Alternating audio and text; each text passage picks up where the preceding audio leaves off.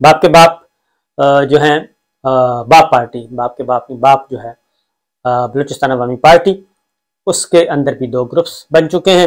ایک جام کمال گروپ آ گیا ہے، ایک عبدالقدس بزنجو صاحب کا گروپ آ گیا ہے، کیونکہ پارٹی الیکشن ہو رہے تھے اور 2 اجلاس ہوئے، 2 دھڑے بن گئے اور ایک گروپ نے عبدالقدس بزنجو صاحب کو صدر بنا لیا ہے. لہٰذا یہ لڑائی بھی چل رہی ہے اور ابھی تک بلوچستان میں بجٹ اجلاس شروع نہیں ہو سکا اور نہ ہی بجٹ پیش کیا جا سکا. امکان ہے کہ شاید منگل کے روز جو ہے وہ بجٹ پیش کر دیا جائے گا، کیونکہ اب پہلے تو آپس میں صلح تو ہو، اس کے بعد ہی بجٹ پیش کیا جائے گا، لیکن ابھی تک یہ چیز چل رہی ہے. اس کے بعد آگے جی پیپلز پارٹی، مسلم لیگ نواز، یہ سب کچھ ہو گیا. اب جو معاملہ ہے وہ ہے کہ پنجاب کا تخت پنجاب حاصل کرنے کے لیے اب مدد چاہیے. حمزہ شہباز صاحب کو وزیر اعلیٰ اگر برقرار رہنا ہے، ان کا پہلا الیکشن تو ویسے متنازع ہے، ہائی کورٹ میں چیلنج ہوا ہے اور وہ بینچ مسلسل ٹوٹے جا رہا ہے. اور ہیئرنگ شروع ہوئی تھی اور 1-2 ہیئرنگ ہوئی تھی کہ بینچ کے ایک ممبر آنریبل جج کو کسی دوسرے شہر میں بھیج دیا گیا اور وہاں پہ وہ ذمہ داریاں ادا کر رہے ہیں، لہٰذا بینچ تبدیل ہو گیا تھا. دوسری جانب پنجاب اسمبلی 2 اجلاس چل رہے ہیں، بجٹ جو ہے وہ پرائیویٹ بلڈنگ میں بجٹ سیشن چل رہا ہے اور پنجاب اسمبلی جو اصل ہے پارلیمان، وہاں پہ بجٹ شجٹ تو ہے نہیں، وہاں پہ چودھری پرویز الہی صاحب اسپیکر پنجاب اسمبلی نے اجلاس بلایا ہوا ہے اور ایک مبینہ طور پہ اللیگل اجلاس جو ہے وہ پرائیویٹ بلڈنگ میں چل رہا ہے. یہ ایک چیز چل رہی ہے اور یہ ہے پنجاب کا تخت پنجاب حاصل کرنا ہے. اصل میں یہ آپ کو بتا دوں، اب الیکشن کمیشن آف پاکستان کی مدد حاصل کی گئی ہے اور الیکشن کمیشن آف پاکستان کی مدد ایسے حاصل کی گئی ہے کہ جی فوج کو کہا گیا ہے کہ فوج آئے اور اس میں چیف الیکشن کمشنر نے یہ مراسلہ بھیجا ہے army chief general Qamar Javed Bajwa صاحب کو. مراسلہ اس میں فوج مانگی گئی ہے اور وہ صرف فوج پنجاب کے 20 ضمنی انتخابات جو ہو رہے ہیں 20 حلقوں میں، وہ ہے اصل مصیبت بنی ہوئی. اور حکم یہ ہے کہ بائی ہک اور کرک یہ سیٹیں جو ہیں وہ مسلم لیگ نواز کو ملنی چاہیے، کیونکہ مسلم لیگ نواز کو اپنی وزارت اعلیٰ کو جائز کرنے کے لیے اور برقرار رکھنے کے لیے 20 میں سے کم از کم بھی 16 سے 18 سیٹیں درکار ہیں، 16 سے 18 سیٹیں درکار ہیں، تب جا کے حمزہ شہباز صاحب اپنی وزارت اعلیٰ بچا سکیں گے. اور اگر ان کے پاس پنجاب مسلم لیگ نواز کے پاس نہ رہا تو پھر وہ کہتے ہیں مرکز رکھنے کا بھی کوئی فائدہ نہیں ہوگا. پنجاب ہاتھ سے نکل گیا تو پھر پیچھے وزیر اعظم شہباز شریف صاحب جو ہیں وہ تو ہوں گے صرف اسلام آباد کے وزیر اعظم. پیپلز پارٹی سندھ میں ان کو لفٹ نہیں کروا رہی، خیبر پختونخوا کی حکومت، خیبر پختونخوا میں پی ٹی آئی کی حکومت، پنجاب میں بھی اگر پی ٹی آئی کی گورنمنٹ بن گئی اور وہ بھی چودھری پرویز الہی صاحب وزیر اعلیٰ آ گئے تو اس کے بعد آپ خود اندازہ کر سکتے ہیں کیا ہوگا وہاں پہ اور کس بھاؤ میں بکے گی نون لیگ کی دال. تو لہٰذا ہر صورت میں وہ کہتے ہیں کہ اب فوج آئے بلدیاتی الیکشن میں، وہ آ کے کنٹرول سنبھالے اور نہ صرف پنجاب کے بلدیاتی الیکشن میں بلکہ پنجاب کے 20 ضمنی الیکشن میں، سندھ کے بلدیاتی انتخابات میں اور NA 245 جو کہ ڈاکٹر عامر لیاقت صاحب مرحوم کی وجہ سے خالی ہوئی سیٹ، وہاں پہ بھی حلقہ ہے، اور پھر KPK کی جو صوبائی اسمبلی 7 ہے وہاں پہ بھی. تو یہاں پہ فوج چاہیے اور فوج آ کے نظم و نسق سنبھالے اور الیکشن کروائے. اب پہلے ہی کوشچن ایک ریز ہوا ہے اور وہ یہ ہے کہ نیوٹرل کدھر ہے.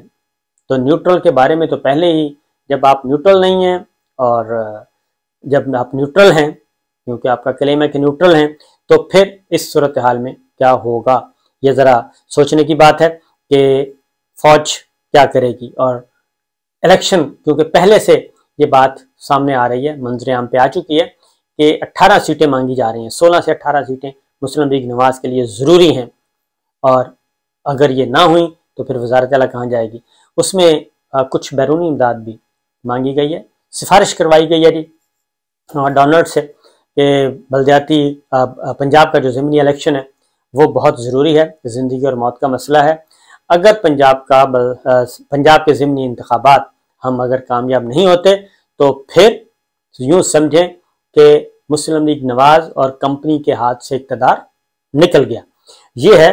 اب کچھ سفارتکاروں کی بھی ملاقاتیں ہوئی ہیں اور اس میں تصاویر بھی جاری کی جا رہی ہیں.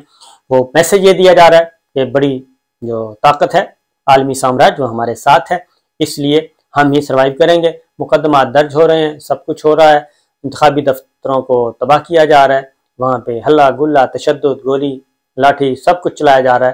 تو دیکھتے ہیں کہ پنجاب کا ضمنی الیکشن 20 سیٹیں کس کو دی جاتی ہیں، کیونکہ لاسٹ نائٹ جو ہے عمران خان صاحب کی جو کال تھی وہ تو تمام شہروں میں بھرپور رسپانس دیا عوام نے. اب آگے جا کے دیکھتے ہیں جی کیا ہوتا ہے. اس کے بعد ایک اور خبر بھی لے لیں. کمپنی بچانے کے لیے جی 2 اور کام کیے جا رہے ہیں. ایک یہ کہ وزیر اعظم شہباز شریف صاحب آپ کو معلوم ہے کہ منی لانڈرنگ میں بھی وہ ملزم ہے، ضمانت پر رہا ہیں، ریفرنس بھی چل رہے ہیں، احتساب عدالت کے سامنے بھی پیش ہونا ہوتا ہے. لہٰذا اگر وہ عدالت میں جائیں گے ملزم کے طور پہ، ٹی وی پہ خبر چلے گی، ریڈیو پہ چلے گی، اخبارات میں، اور پھر عالمی ذرائع ابلاغ میں جائے گی، تو امور مملکت کیسے چلیں گے؟ اتنے امپورٹنٹ اہم امور ہیں. تو لہٰذا اس کے لیے انہیں پہلے تو ان کی ضمانت منظور کی گئی تھی، اور اس کے بعد اب ان کی جو ہے حاضری سے استثناء کی درخواست بھی ان کی منظور ہو گئی ہے کہ جناب آپ جائیں آرام سے اور امور مملکت چلائیں، مقدمات کی خیر ہے، چلتی رہے گی. ایک اور خبر ہے، اور وہ ہے جی عثمان بزدار صاحب وزیر اعلیٰ پنجاب سابق، ان کو بھی ذرا تھوڑا سا ٹائٹ کرنے کا ارادہ کیا گیا ہے، اور انہیں اینٹی کرپشن پنجاب نے ایک مقدمہ ان کے لیے تیار کیا ہے، اور وہ ہے 1986 کا 1986. یہ بالکل اسی طریقے سے جیسے شیریں مزاری کو اٹھایا گیا تھا ایک اسی نوعیت کے مبینہ طور پہ فارق سے مقدمے میں، تو اب عثمان بزدار صاحب کے لیے بھی 1986 کا مقدمہ نکالا گیا ہے 1986. اور یہ دور تھا اس وقت وزیر اعلیٰ پنجاب تھے نواز شریف صاحب پنجاب میں، اور اس کے بعد پھر آپ دیکھ لیں کہ کتنا. اور 1986 میں ویسے عثمان بزدار صاحب کی عمر بھی کتنی ہوگی، یہ بھی ذرا سوچنے کی بات ہے کہ 1986 میں ان کی عمر کتنی ہوگی، کیونکہ یہ تقریباً 1986 کا مطلب ہے 22 سال یہ اور 14 سال وہ، 22 10 32 اور 4 36 سال پیچھے چلے گئے ہیں. تو عثمان بزدار صاحب کی عمر اس وقت کتنی ہوگی جب کا یہ مقدمہ تیار کیا گیا ہے. تو بہرحال یہ زمینی معاملات ہیں، دیکھتے ہیں کیا ہوتا ہے. لیکن ان شارٹ مختصر یہ کہ بس اب کمپنی کو بچانے کے لیے سر دھڑ کی بازی لگائی جا رہی ہے. پنجاب کا مارکا جو ہے وہ ایک ہے جی مصیبت بنی ہوئی ہے کہ کیا کیا جائے اور کس طریقے سے کیا جائے. اجازت دیجیے، اللہ حافظ.